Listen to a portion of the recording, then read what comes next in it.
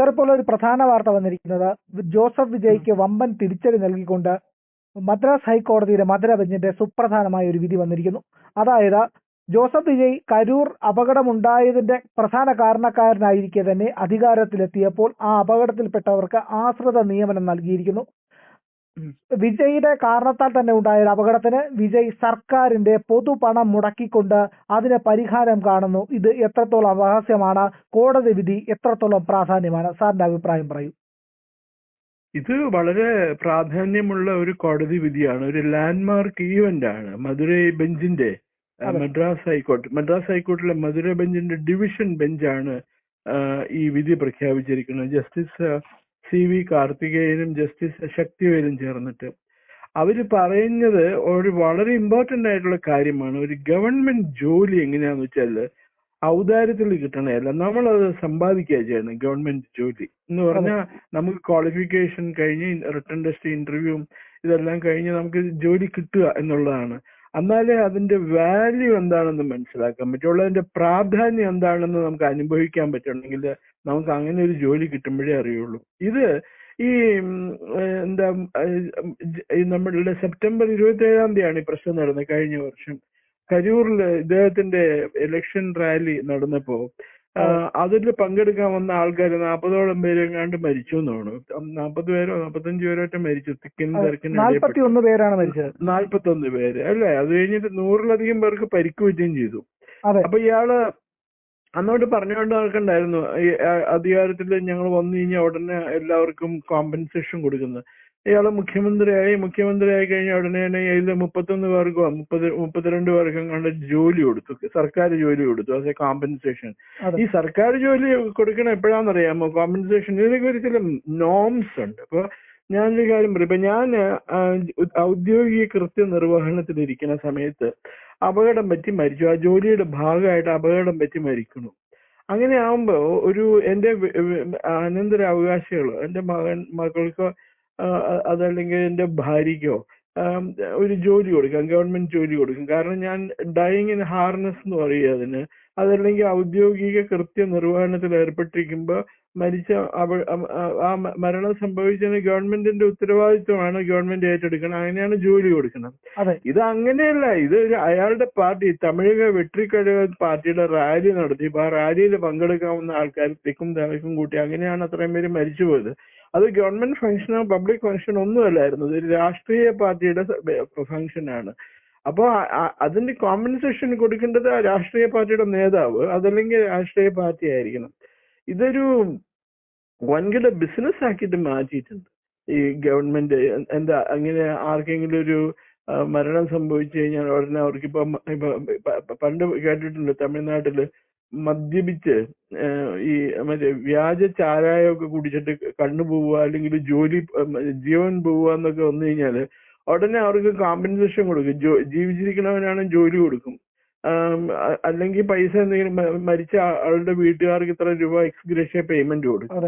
അപ്പൊ അങ്ങനെയൊന്നും കൊടുക്കാതിരിക്കാൻ വേണ്ടി ഗവൺമെന്റ് ജോലിക്ക് ഒരു മഹത്വമുണ്ട്. അത് പൊതുമേഖലയിലാണെങ്കിലും സ്വകാര്യ മേഖലയിലാണെങ്കിലും അതിന് മഹത്വമുണ്ട്. പിന്നെ ഈ സ്വകാര്യ കമ്പനികളിലല്ലേ, സ്വകാര്യ മേഖലയിലെ കമ്പനികളിൽ അൺറിട്ടൺ റൂൾ. ഇപ്പോ എന്റെ അച്ഛനൊക്കെ ഒരു സ്വകാര്യ കമ്പനിയിലാണ് ജോലി ചെയ്തിരുന്നത്, പെരുമ്പാവൂർ ട്രാവൻകൂർ അയൺസ് ലിമിറ്റഡ് എന്നുണ്ട് കമ്പനിയിൽ. അപ്പൊ അവിടെ പെൻഷൻ ആയിക്കഴിഞ്ഞാൽ റിട്ടയർ ആയി കഴിഞ്ഞിട്ടുണ്ടെങ്കിൽ അച്ഛന്റെ മറ്റേ അനന്തരാവകാശികൾ അവർക്ക് യോഗ്യത ഉണ്ട് എന്നുണ്ടെങ്കിൽ അവർക്ക് അവിടെ ജോലി കൊടുക്കും. എന്ന് വെച്ചാൽ ഒരു അഗ്രിമെന്റ് ആയിട്ട് എഴുതി ഒപ്പിട്ടിട്ടൊന്നല്ല, അതൊരു ഗുഡ് വില്ലിന്റെ പുറത്ത് കൊടുക്കുന്നതാണ്. ഒരാള് 10-35 വർഷം 40 വർഷം ആ കമ്പനിക്ക് വേണ്ടി വർക്ക് ചെയ്തു. അയാൾ പോയി കഴിയുമ്പോൾ അയാൾ റിട്ടയർ ആയി കഴിയുമ്പോൾ അയാളുടെ മകൻ അല്ലെങ്കിൽ മകള് ക്വാളിഫൈഡ് ആണെങ്കിൽ അവർ ജോലി കൊടുക്കും. അത് ഇറ്റ്സ് ആൻ അൺറിട്ടൺ റൂൾ. അത് പക്ഷെ അത് it's all depends on the good relations between വർക്കറും പിന്നെ കമ്പനിയുടെ മാനേജ്മെന്റുമായിട്ടുള്ള റിലേഷനെ പറ്റിയിട്ട് റിലേഷനെ ആസ്പദമാക്കിയിട്ടിരിക്കും. പിന്നെ അതിലെ കമ്പനി വെച്ച് അപകടം സംഭവിച്ച് പെർമനന്റ് ആയിട്ട് ഡിസേബിൾഡ് ആവുകയോ അതല്ലെങ്കിൽ മരണം സംഭവിക്കുകയോ ചെയ്തു കഴിഞ്ഞാൽ കമ്പനിക്ക് അവരുടെ അവകാശികൾക്ക് ജോലി കൊടുക്കണം എന്നുണ്ട്. അത് ഇൻഡസ്ട്രിയൽ റിലേഷൻസ് ബില്ലിൽ പറഞ്ഞിട്ടുണ്ട്. പക്ഷെ ഇത് ഈ ജോസഫ് വിജയ് കാണിച്ചത് ശുദ്ധ തെമ്മാടിത്തരാണ്. അയാളുടെ രാഷ്ട്രീയ പാർട്ടി മീറ്റിങ്ങിന് വന്ന ആൾക്കാര് തിക്കിനും തിരക്കിനും ഇടയിൽപ്പെട്ട് മരിച്ചു കഴിഞ്ഞാൽ ഉടനെ അയാൾക്ക് ഇലക്ഷൻ കഴിഞ്ഞ് മുഖ്യമന്ത്രി ആയി കഴിഞ്ഞാൽ ഉടനെ അവർക്ക് 41 പേർക്ക് ജോലി കൊടുക്കുക, സർക്കാർ ജോലി കൊടുക്കുക.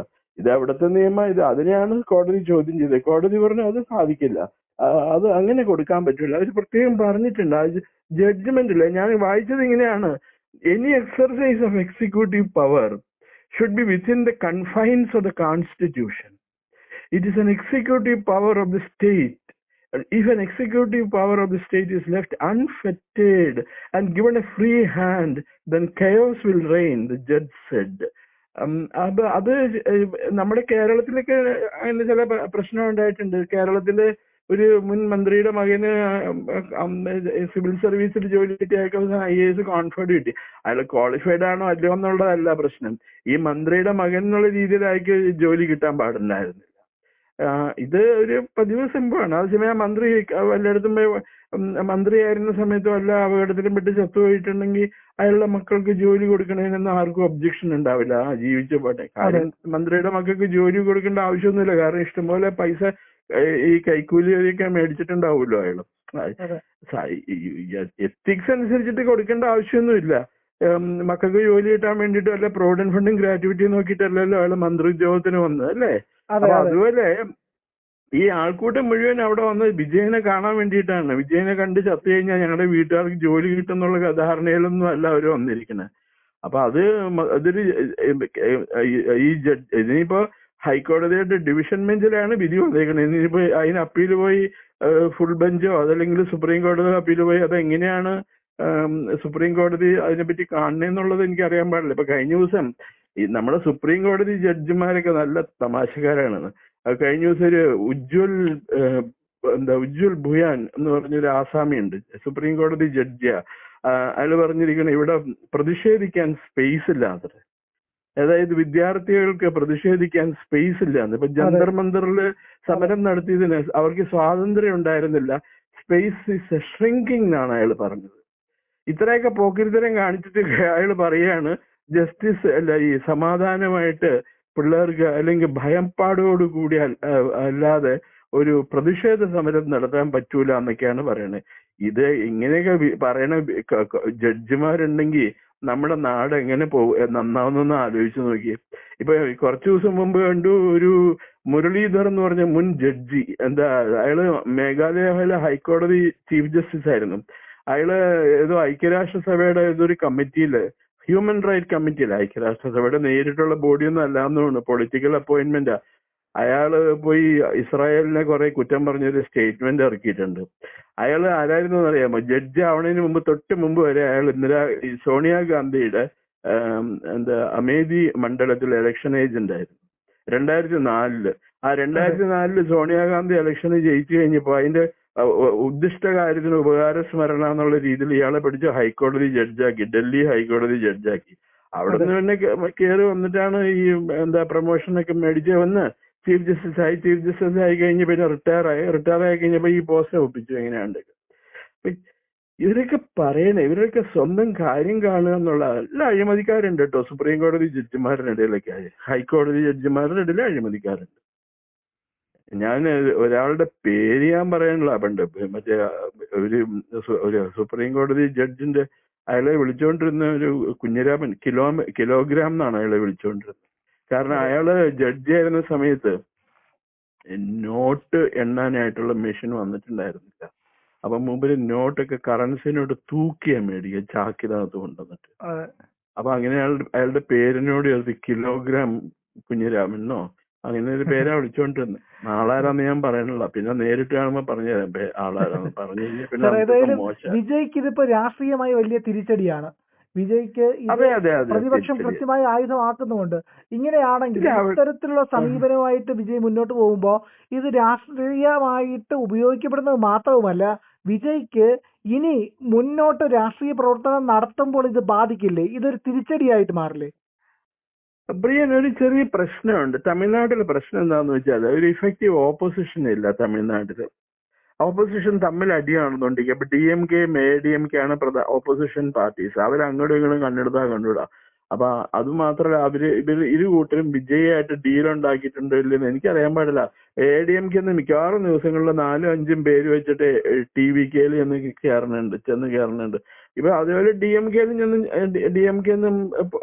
ചെന്ന് കയറാൻ സാധ്യതയുണ്ട്. കാരണം ഈ സ്റ്റാലിൻ അയാൾ സ്വയം തെളിയിച്ചിരിക്കുന്നതാണ് അയാൾക്ക് എന്താ എലിജിബിൾ, അയാൾ ക്വാളിഫൈഡ് അല്ല, അയാൾക്ക് യോഗ്യതയില്ല എന്ന് അയാൾ തന്നെ സ്വയം തെളിയിച്ചിട്ടുണ്ട്. അപ്പൊ അവിടെ അവരുടെ വീട്ടിനുള്ളിൽ പിന്നെ ബഹളം, 3-4 ഭാര്യമാരുടെ അവര് പിന്നെ മക്കളൊക്കെ ആയിട്ട് പദവി, മറ്റേ ഈ കരുണാനിധി ഇല്ലേ സ്റ്റാലിന്റെ അച്ഛന് കുറെ അധികം ഭാര്യമാരുണ്ടല്ലോ. അപ്പൊ അതിനിടയിലൊക്കെ 3-4 പിള്ളേരുണ്ട്. അപ്പൊ അവർക്കൊക്കെ വീതം വെച്ച് കൊടുക്കണേ പദവി ഇത് വെച്ചിട്ട്. അപ്പൊ അതിന്റെ പേരിൽ സമരം നടക്കുന്നുണ്ട്. അപ്പൊ അവർക്ക് എത്രമാത്രം എഫക്റ്റീവ് ആവാൻ പറ്റുന്ന എനിക്ക് അറിയില്ല. അതുപോലെ മുൻ പ്രതിപക്ഷ നേതാവ് എടപ്പാടി പഴനിസ്വാമി, അയാള് സ്വയം തെളിയിച്ചു കഴിഞ്ഞാൽ അയാൾക്ക് കഴിവില്ല എന്നുള്ള കാര്യം. അയാളൊരു ഓട്ടക്കാലനെയാണ്, യാതൊരു കഴിവില്ല അയാളെ കൊണ്ട്. അയാളെ മാറുമോ? അതും ചെയ്യില്ല. അയാൾ എങ്ങനെയോ പദവി പിടിച്ചിരിക്കുക ADMK-യുടെ ജനറൽ സെക്രട്ടറി ആയിട്ട്. ജയലളിതയും MGR-ഉം പിന്നെ ഒക്കെ ഇരുന്ന സീറ്റിലാണ് അയാളിരിക്കുന്നത്. അപ്പൊ എങ്ങനെ പ്രതിപക്ഷം എങ്ങനെ ഇതിനെ ആഞ്ഞടിക്കും എന്നുള്ളത് കണ്ടറിയണം. അപ്പൊ അത് പ്രതിപക്ഷം വളരെ ഇൻഹറന്റ് വീക്ക്നെസ് ഉണ്ട് തമിഴ്നാട്ടിലെ പ്രതിപക്ഷത്തിന്. കേരളത്തിലെ പ്രതിപക്ഷം എന്ന് പറഞ്ഞിട്ടുണ്ടെങ്കിൽ ഇപ്പൊ ഏതാണ്ട് ആ അവസ്ഥയിലാണല്ലോ. നമ്മുടെ വിജയൻ മാഷ് പാവം ചാവാറായി. അപ്പൊ അയാൾക്കും ഈ പറഞ്ഞ പോലെ പഴയ ഊർജ്ജമൊന്നുമില്ല.